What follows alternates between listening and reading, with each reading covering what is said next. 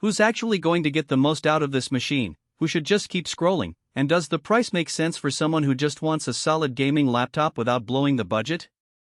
Those are the three questions that keep popping up in the comment sections of every tech forum when a new MacBook Pro drops.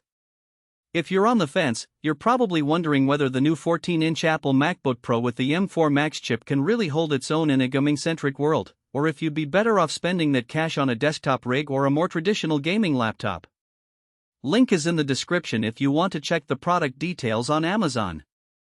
Let's start with the biggest hesitation most people have. Apple isn't exactly known for gaming, so the first instinct is to think this laptop belongs in the creative pro lane and not the high FPS lane. That bias is understandable. Apple's marketing focuses on video editing, software development, and the whole Apple ecosystem. But the new M4 Max brings a 14-core CPU and a 32-core GPU, and the specs alone look like they could finally give gamers a reason to consider a Mac. The real question is whether those cores translate into a smooth gaming experience, especially when you throw in long sessions, high settings, and the occasional heat spike. I've spent the past week running a handful of titles that span the spectrum from indie to AAA, all on the 14-inch model with a 1TB SSD and 36GB of unified memory. I started with Valorant and Fortnite at 1080p, maxed out the texture quality, and kept an eye on both frame rate and fan noise. In both cases, the MacBook held steady around 7080 FPS in the heat of a match, and the fans stayed at a low or nothing that would drown out in-game audio cues. The display, a 14.2-inch liquid Retina XDR panel, really shines here. The deep blacks and vibrant colors mean you can spot enemies in dark corners without straining your eyes. That kind of visual fidelity is a surprise on a laptop marketed primarily for content creators. When I pushed the envelope with Cyberpunk 2077 on the highest settings, the performance dipped to roughly 45 FPS, with occasional dips into the low 40s during intense light show moments. That's not a disastrous number for a 14-inch laptop, but it does signal that you won't be hitting ultra performance the way you might on a desktop with a dedicated RTX 4090. The fan speed rose noticeably, turning into a moderate hum that could be distracting during quiet gameplay moments. Heat also became a factor. After a solid hour of continuous play, the chassis warmed up to a comfortable but noticeable 90°F. The MacBook's internal cooling handled it well enough, but you'll feel the laptop get heavier on the lap after a while. Now, let's talk about the practical trade-offs. Battery life is one of Apple's selling points, and in gaming it's a double-edged sword.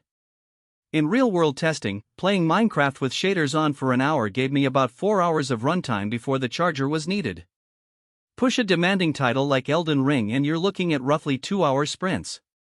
That's a lot better than many Windows-based gaming laptops, which often dip below an hour under similar loads, but it also means you'll still be tethered to a power outlet for longer sessions.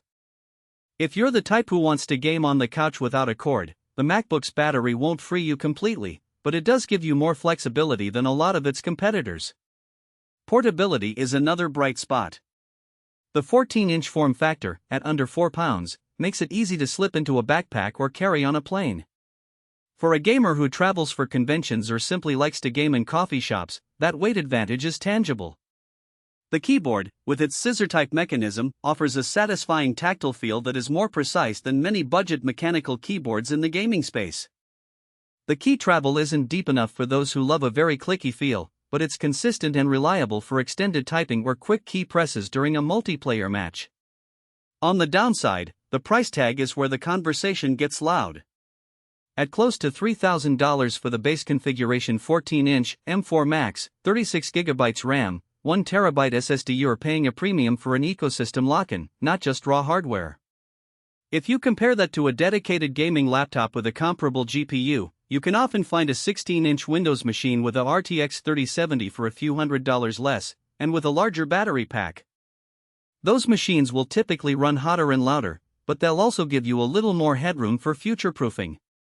If you already own an iPhone, iPad, or Apple Watch, the seamless continuity features handoff, universal clipboard, AirPlay add value that's hard to quantify but definitely influence the overall experience. So who should consider buying this MacBook Pro? If you're a creator-gamer hybrid, someone who spends mornings editing video, afternoons coding, and evenings hitting the latest multiplayer titles, you'll appreciate the unified memory, the SSD speed, and the fact